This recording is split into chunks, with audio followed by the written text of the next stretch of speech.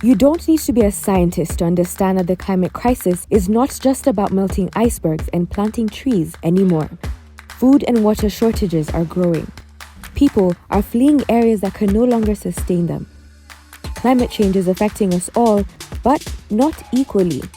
The emissions of the world's richest 10% are equal to the emissions of the rest of the world combined, and those who've done the least to cause climate breakdown are suffering the worst of its effects. Since the 1970s, of all the deaths from weather-related disasters, over 90% occurred in developing economies. And the situation for the global south will only get worse as the planet gets hotter. Since the 1980s, scientists have been ringing the climate change alarm bell. Climate negotiations have been held annually. World leaders and company CEOs make pledges and promise to do more.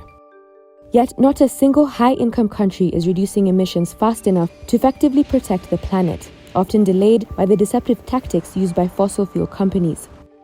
While millions of people are suffering, injustices and inequalities are widening. The concept of climate justice was brought onto the global stage by activists in 2000. It was a pivotal moment for how the climate change movement progressed. What do we want? Climate justice! When do we want it? Now demands for climate justice are heard at protests around the world, including here in Bangladesh, where it's predicted that by 2050, rising sea levels will submerge 70% of the nation's land and displace over 20 million people. So what does climate justice mean, and how did we get here in the first place? The pursuit of grossly unequal and carbon-intensive economic growth by governments goes back centuries. North American, European, and other industrialized economies built oppressive systems of colonialism, such as slavery and apartheid, where the extraction of resources at the expense of people of color, indigenous peoples, and the environment was fueled by the Industrial Revolution. This led to rapid movements in living standards in Europe and settler colonies. But in many other parts of the world, people paid a terrible price of mass-scale colonial violence and oppressions.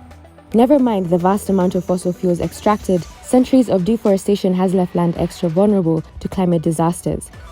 And this economic model is still prevalent today, driving global inequality and climate change. A study found that in 2015 alone, the North appropriated from the South 12 billion tons of raw material, 822 million hectares of land that's twice the size of India, 21 exajoules of energy that's 3 times the annual energy consumption of the United Kingdom, and 392 billion hours of labor, all worth $10.8 trillion, enough to end extreme poverty many times over. But it's not only about racial injustice and the oppression of indigenous people and their land. There's more. People experiencing forms of oppression like sexism, homophobia, and poverty anywhere are impacted more by climate change. For example, after Fiji was hit by the strongest ever recorded cyclone in the southern hemisphere, this LGBT community were excluded from disaster response plans and also blamed for the natural disaster. Climate justice is about recognizing the interconnectedness of these struggles. Genuine solutions to the climate crisis means that accelerating the reduction in emissions, of course, but also that we work together to create a sustainable, fairer, and more equal world in the process. This means that while we phase out fossil fuels and transition to other sources of energy, governments must protect the livelihoods and rights of workers and communities, essentially redesigning the global economy to incorporate human rights principles. But so far, during climate negotiations, wealthier governments are only willing to discuss small steps to reduce emissions. Justice is not on their agenda.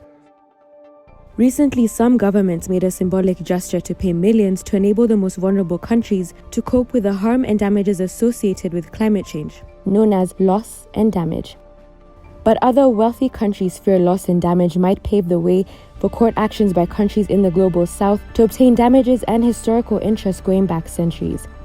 If governments in the global north are prepared to face up to the hard truths of their historical, moral, and legal responsibilities, then climate justice and positive change is possible for us all.